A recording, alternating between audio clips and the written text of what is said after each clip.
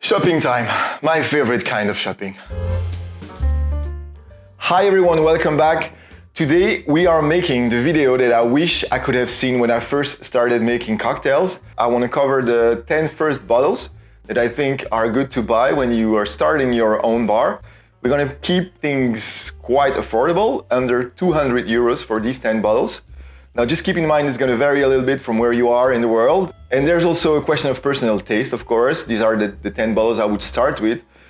If there is something you like more or you like less, of course, you're free to swap. This is just my selection. I hope you're going to enjoy it. Let's go.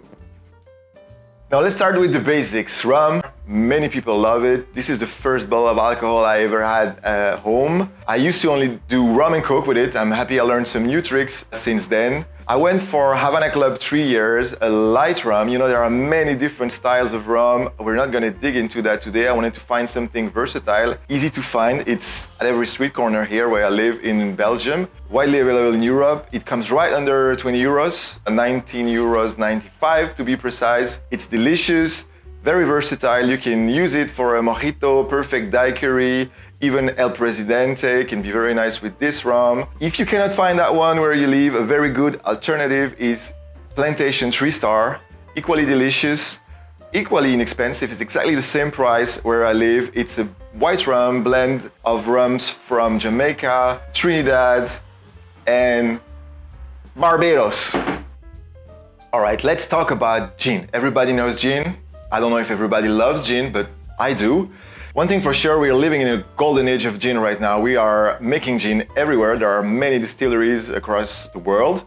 It's a very good thing, many styles of gin out there. I would go with something very basic to start with. You know, the main flavor in gin is juniper, so we go for something very juniper forward. The Beefeater London Dry is a very good choice, very inexpensive. Again, where I live, just under 20 euros. There is another alternative, that is Tanqueray. Equally delicious, also very juniper forward, very good for mixing. It's the same price range. Here it's right under 20 euros. Two very nice and affordable gins that would be perfect for Gimlet's or Tom Collins, for example. Now let's talk about whiskey. Obviously a huge topic. There are many styles of whiskey out there. We cannot include them all in one selection of 10 bottles. So I would say if you know nothing about whiskey and you want to start making cocktails, I would start with bourbon or rye, because these are the two styles of whiskey that are most called for in classic cocktails. Since where I live, rye is a bit more expensive than bourbon, I went with bourbon and I went with Buffalo Trace. This is the first bottle of bourbon I ever bought and I kept on replacing it in the bar. It's very nice to mix with, very good introduction to bourbon. This would be perfect in a whiskey sour or in a Gold Rush, for example.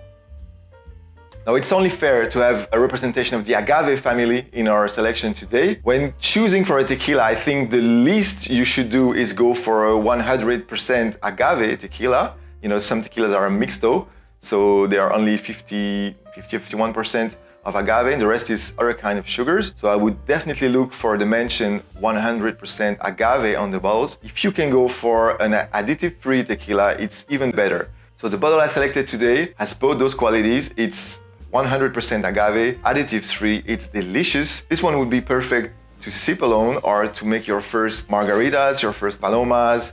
It comes right under 35 euros where I live. This is Arete. So now we have covered 4 base spirits. We need something to mix them with, obviously, because we're making cocktails. So let's talk about modifiers. Of course, I might have not covered your favorite spirits, so you can obviously, you know, swap the selection, choose your own. These are the first 4 ones I would go to. Now let's see what we modify them with.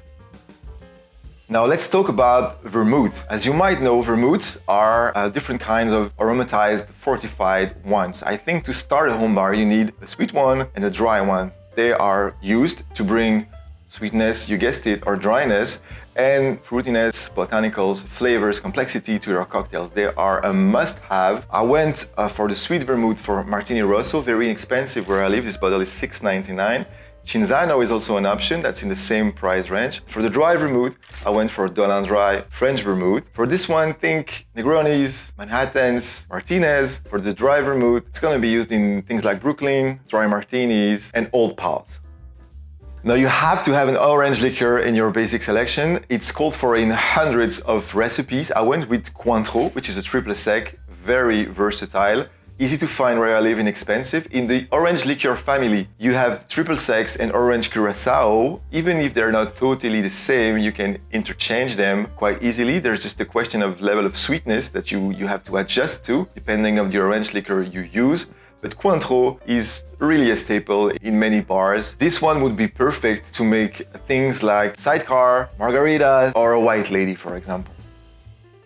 Now let's talk about Campari, a bottle you've all seen at least once in your life. I know for many people it's a challenging flavor. Campari is really bitter. That's the main flavor it brings to a cocktail, but it has also a complexity of botanicals. It brings notes of oranges and spice. So it's very interesting to play with in some drinks. I think it's a must-have in a basic bar. This bottle comes for 18.50 euros where I live, so quite affordable. This is a must-have to make a Negroni, very nice in a Jungle Bird, a very good ingredient to explore with, so I would definitely go for a bottle of Campari.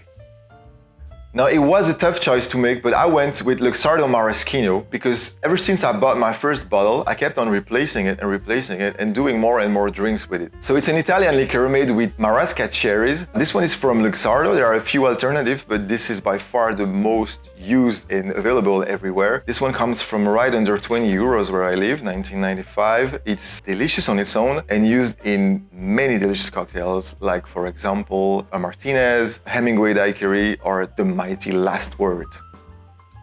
Okay, last but not least in this selection, we're going to talk about bitters. They are often described as seasoning for cocktails. They bring complexity to a drink, they can bind together different ingredients, and if you ask me, they're the difference between a great drink and an exceptional drink.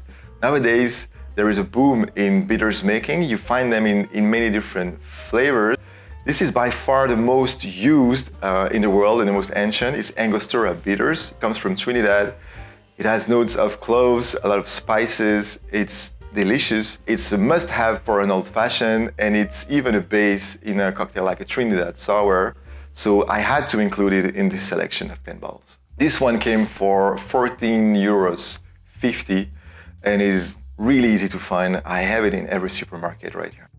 Alright, now this was my 10 bottles selection. I hope you learned some things, I hope you have new ideas. Of course, you don't need to buy all those bottles at the same time. The idea is to find a spirit or a cocktail that you like, buy what you need to do that, explore a little bit, and then start building from there. It can be quite pricey to build a bar, but you have to start somewhere, and the goal was to bring you some clues as how to do that. So the idea was also to find a selection that would, for 10 bottles, cost under 200 euros. Depending on where you are, it might vary a little bit. This whole selection, with the alternatives, cost me 193 euros 23 cents. That leaves you a few euros to buy a pack of sugar to make some syrup and a few limes and lemon. There are literally hundreds of recipes you can make with these 10 bottles. We're gonna explore many of them in the next few weeks, so stay tuned and let's make cocktails together.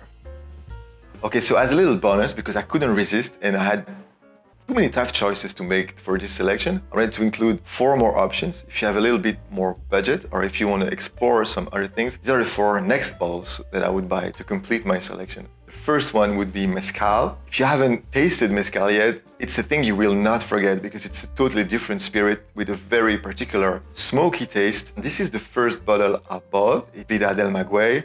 It's the most affordable where I live. It's quite easy to find. It comes right under 40 euros. This one was 38 euros. It would be perfect in a paper plane, in a Oaxacanite, or a Naked and Famous. Now the next one I would buy is the other kind of whiskey that we didn't explore in our first selection, is rye whiskey. This one has the particularity to be 100 proof, so 50% alcohol by volume. It's totally different from bourbon. It's a different style of whiskey that is called for in many classic recipes. This is Rittenhouse bottled in bound, and it would be perfect for an old-fashioned, a Vieux Carré, or a Sazerac. The next thing I would buy is an aged rum, because I am a huge fan of rum. I like Demerara style rum. El Dorado 12 years is a perfect choice. It has a lot more character. It's really nice to sip on its own, and you can mix it in delicious cocktails. And this would be perfect in a rum old-fashioned, an old Cuban, or even a daiquiri. And finally, for the fourth bottle, I would go for a second bottle of bitters. I would go for orange bitters. It is called for in a lot of recipes. It brings a nice complexity, a nice touch of flavor. You have to use that to make dry martini, for example. It's also needed in a Martinez, so I would definitely get that very quickly. Alright, that's it for me today. Thank you for watching. I hope this video can inspire some of you to start their home bar. Please don't hesitate to let me know what spirits you like, what recipes you'd like to discover, what is your selection. We are gonna explore tons of recipes made with this selection in the coming few weeks. Don't forget to subscribe if you like this video. I'll see you in the next one. We're gonna make a lot more drinks together. Cheers.